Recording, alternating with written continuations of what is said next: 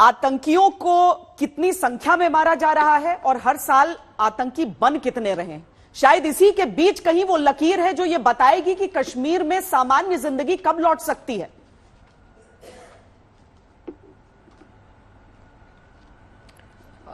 श्वेता जी, मैं सबकी बातों को गंभीरता से सुन रही थी और एक ये बहुत राजनीति से जुड़ा हुआ मुद्दा नहीं है, ये लोगों की आस्था का विषय है। 30 साल पहले जिनको कश्मीरी पंडितों को बेघर किया था, रातों रात बेघर हुए थे और उनकी पीड़ा दर्द आज तक जग जाहिर है। सुशील जी की बात जो हम सब ने सुनी, उसके आगे मुझे बोलने की जरूरत ही नहीं है। उनकी दर्द, उनकी पीड़ा उनकी आवाज में ही स्पष्ट हो रही थी, उनके आर्ग्यूमेंट में ही स्पष्ट हो रही थी। पर यह भी याद दिलाना जरूरी है कि 2014 में जब हमारे प्रधानमंत्री मोदी जी चुनकर आए थे, 2015 में कहा गया था कि कश्मीरी पंडितों को वापस बाकायदा बुलाया जाएगा, उनको जस्टिस मिलेगा, 6000 उनके लिए ट्रांजिट होम्स बनेंगे, जिसमें से करीब सिर्फ 14% ही बन पाए हैं। बात कही थी कि प्रधानमंत्री पैकेज के अंतर्गत हम कश्मीरी पंडितों को वापस रोजगार के माध्यम से कश्मीर में जोड़ेंगे। वो भी आज आपके सामने स्पष्ट दिखाई दे रहा है कि इस तरीके से टारगेटेड किलिंग हो रही है। उनको ढूंढ कर टारगेट कर एक भय का माहौल बनाया जा रहा है, जिस वजह से आज वो पलायन कर रहे हैं। पलायन क्यों हो रहा है? हमारी केंद्र सरकार ने तो वादा किया था 370 हटने के बाद आप घर भी खरीदेंगे, आप लैंड भी खरीदेंगे, आपको सुरक्षा भी मिलेगी। इतनी सुरक्षित हो गई है कश्मीर कि वहां पे टूरिज्म बढ़ रहा है, नॉर्मलसी आ चुकी है, सब कुछ आ चुका है। पर आज ये हालात हैं कि हमारे कश्मीरी पंडित भाई बहन जो ये बात सोचकर गए थे कि उनको सुरक्षा मिलेगी, आज उनके ट्रांजिट होम्स के बाहर उनको जो माइग्रेंट कैंप्स हैं उनको लॉक कर दिया जाता है। कश्मीरी पंडितों को आज तक रिकॉर्ड में कश्मीरी पंडित नहीं कहा जाता है, कश्मीरी माइग्रेंट्स कहा जाता है। ये इनकी सच्चाई बनकर रह गई है। मैंने पार्लियामेंट में इनकी आवाज उठाई है, पार्लियामेंट के बाहर आवाज उठाई है और मैं यही मांग कर रही हूं, जिस तरीके से ये टारगेटेड किलिंग हो रही है, कश्मीरी पंडितों की हो रही है, कश्मीरी हिंदूज जो वहां पे जा रहे हैं, जो माइग्रेंट्स वहां पर इस भरोसे से जा रहे हैं केंद्र सरकार उनका ध्यान देगी। वो किस भरोसे पे? आप मुझे पाकिस्तान की बात नहीं करिए। मुझे पाकिस्तान बार बार आतंकिस्तान को हम जवाब दे रहे हैं, हमें वो नहीं सुनना है।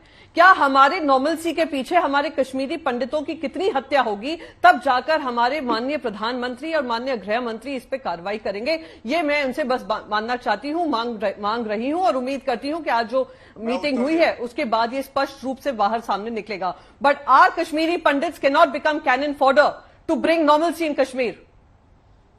जम्मू कश्मीर के पूर्व डिप्टी सीएम कविंद्र गुप्ता भी हमारे साथ जुड़ गए हैं। कविंद्र गुप्ता जी, क्या केवल एक मोहरे के तौर पर इस्तेमाल होता रह गया है कि एक सिंबल के तौर पर कि कश्मीरी पंडितों को हम वापस लाएंगे? वापस तो ले आए, लेकिन क्या हश्र हो रहा है? क्यों वापस वो पलायन को मजबूर हो रहे हैं? देखिए, कुल मिलाकर के आप देखेंगे कि पिछले 2 वर्ष देखिए, एक 20 दिन एक तरफ रखिए और 2 साल पिछले एक तरफ रखिए।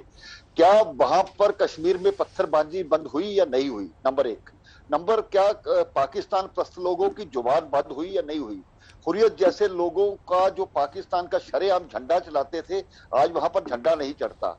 रोज उनका जो कैलेंडर निकलता था उसके हिसाब से वहां बातें नहीं होती। मिलिटेंट्स के जनाजे में लाखों की तादाद में लोग चला करते थे, आज वो नहीं है। कुल मिलाकर के ये 20 दिन में जो हत्याएं हुई हैं बहुत दुखद है। और खास करके कश्मीर में जो 5 तरह की माइनॉरिटीज रहती हैं, उसमें सिख बंधु हैं, उसमें कश्मीरी पंडित हैं, उसमें लोग जो व्यापार करने बाहर से आए हैं, कुछ ऐसे लोग हैं जो पहले से वहां से बिजनेसमैन हैं, कुछ ऐसे जो मजदूर के तौर पर काम करते हैं। उनको हत्या का निशाना बनाना एक गलत है। नंबर 2, यहाँ पर आप देखेंगे कि मिलिटेंट्स ने अपना तरीका बदला है, अपना जो डिजाइन है उसको बदला है। आज कहीं आप फ्रिस्किंग करने लगेंगे तो कितने लोगों की फ्रिस्किंग करेंगे? यहाँ पर इस प्रकार से लोग मरते रहे वो भी बर्दाश्त नहीं। कश्मीर में चाहिए एक बार कॉम्बिंग ऑपरेशन। कश्मीर में चाहिए कि सभी थानों में कहें कि सारे अपने हथियार जमा करा दें, एक बार सर्च ऑपरेशन। देखिए, ये एक युद्ध है, उस युद्ध में किस प्रकार से रणनीति बनती है। आज टेररिस्ट ने अपनी रणनीति बदली है। स्थानीय युवकों को, जिनका कोई क्रिमिनल रिकॉर्ड नहीं है, उनको आज पाकिस्तान या दूसरे देशों ने यूज करना शुरू किया है। आज भी घाटी में पाकिस्तान प्रस्त लोग वहां पर बैठे हैं, वो उनको इस प्रकार के हथियार प्रोवाइड करते हैं। आज वो गोली मार करके चले जाते हैं, उनको छुपाने का काम करते हैं। एक दोबारा से ऑपरेशन शक्ति करने से होगी। ये सरकार की इच्छा शक्ति पर कोई प्रश्न चिन्ह लगाने की जरूरत नहीं है। सुरक्षा बलों की जो मेहनत है, जो उनकी शहादतें हुई है, उस पर कोई क्वेश्चन मार्क लगाने की जरूरत है। जरूर है, दुखद घटनाएं हैं, रणनीति चेंज करने की जरूरत है और सख्त कदम उठाने की जरूरत है। किसी भी इस प्रकार की जो व्यवस्था है, इस प्रकार की कोई चीज है, उसको बर्दाश्त ना हो, इस प्रकार की एक कोशिश की जानी चाहिए, मुझे ऐसे लगता है। सुरक्षा बल हमारे से ज्यादा, खुफिया एजेंसी हमारे से ज्यादा जानती हैं। हम तो टीवी पर बैठ करके बात कर सकते हैं। जो लोग लगातार वहां पर इस प्रकार की रोजमर्रा उनके सामने खड़े हैं, उनसे पूछिए। और ये कहना कि आतंक की नीति बदली है तो अपनी रणनीति भी बदलनी होगी। लेकिन इमरान नबी डार, क्या ये बहुत ज्यादा चिंता की बात नहीं है कि जिसका कोई क्रिमिनल रिकॉर्ड नहीं है वो बंदूक उठाकर इस तरह की आतंकी वारदातों को अंजाम दे रहा है? हाइब्रिड टेररिस्ट तो अपने आप में एक बहुत बड़ा सवाल उठ जाता है। देखिए, वो सिक्योरिटी एजेंसीज बोल सकती है, बट मैं यहाँ पर एक चीज बोलना चाहता हूँ आपको, जो मतलब अभी तक उस पर ज्यादा डिस्कशन हो नहीं पा रहा है। मार्च से लेकर अभी तक ऑलमोस्ट 18 टारगेटेड किलिंग्स हुई हैं, और उसमें कश्मीरी हिंदू भी हैं, उसमें कश्मीरी मुसलमान भी हैं, उसमें नॉन लोकल्स भी हैं। सो ये एक फेलियर नहीं मैं बोलूंगा, पॉलिसी पैरालिसिस हो गई है इस गवर्नमेंट में। और यहां पर अफसोस से देखना पड़ रहा है कि कहीं किसी की अकाउंटेबिलिटी सामने नजर नहीं आ रही है। अनफॉर्चुनेटली जो people who are running the show from Delhi, और उन पे अकाउंटेबिलिटी नहीं हो रही। यहाँ पे क्वेश्चन किया जा रहा है, बार बार क्वेश्चन किया जा रहा है कि लोग बाहर क्यों नहीं आ रहे हैं। सिविल सोसाइटी, यार सिविल सोसाइटी को छोड़ो आप साइड में, आप पहले अपनी जिम्मेदारी तो देख लो।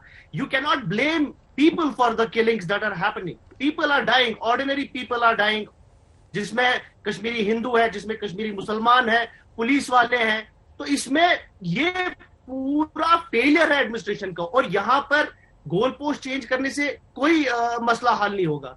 अपनी रिस्पॉन्सिबिलिटी को ऑन करना चाहिए गवर्नमेंट को, उनको और जिम्मेदार ठहराना चाहिए people who are running the show. आप मुझे बताइए, कंट्री में अगर कहीं पर खुदा न खास्ता ऐसी हालत आएगी, दूसरे दिन ही वहां पर हेड्स रोल। कश्मीर एक वाहिद प्लेस है, अब इतनी किलिंग्स, जो इतना फेलियर हुआ, यहां पर किसी को अकाउंटेबल नहीं ठहराया जाता है। मतलब यहां पर जो कुर्सी पे बैठा, उसको कुर्सी से हटने का कोई भी शौक नहीं है, ना उसको कोई हटा सकता है। किस पर ये हम देख रहे हैं आज। अकाउंटेबिलिटी कहां पर है? कुर्सी कौन नहीं छोड़ रहा? People who are running the show.